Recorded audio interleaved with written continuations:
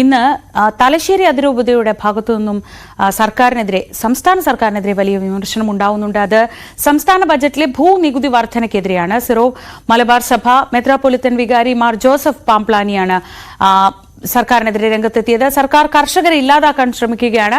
സർക്കാർ നിലപാട് കർഷക വിരുദ്ധമാണെന്നും ഇതിനെതിരെ വരും ദിവസങ്ങളിൽ ശക്തമായ പ്രതിഷേധങ്ങൾ ഉണ്ടാകുമെന്നും ആർച്ച് ബിഷപ്പ് പറഞ്ഞു. വരുന്ന തെരഞ്ഞെടുപ്പുകളിൽ കത്തോലിക്ക സഭ ശക്തമായ നിലപാട് സ്വീകരിക്കുമെന്ന മുന്നറിയിപ്പും പാംപ്ലാനി നൽകി.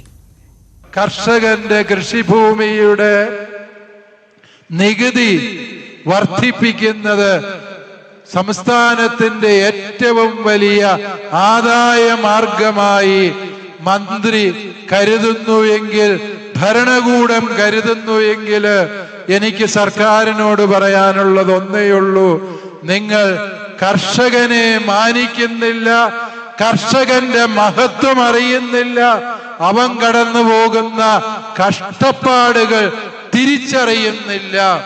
ഉദ്യോഗസ്ഥരുടെ ശമ്പള നിരക്ക് വർദ്ധിപ്പിക്കുന്നതിന് വേണ്ടി കർഷകന്റെ കഴുത്തിന് പിടിച്ച് ഞെക്കാൻ ശ്രമിക്കുന്ന ഈ നിലപാട് കർഷക വിരുദ്ധമാണ്.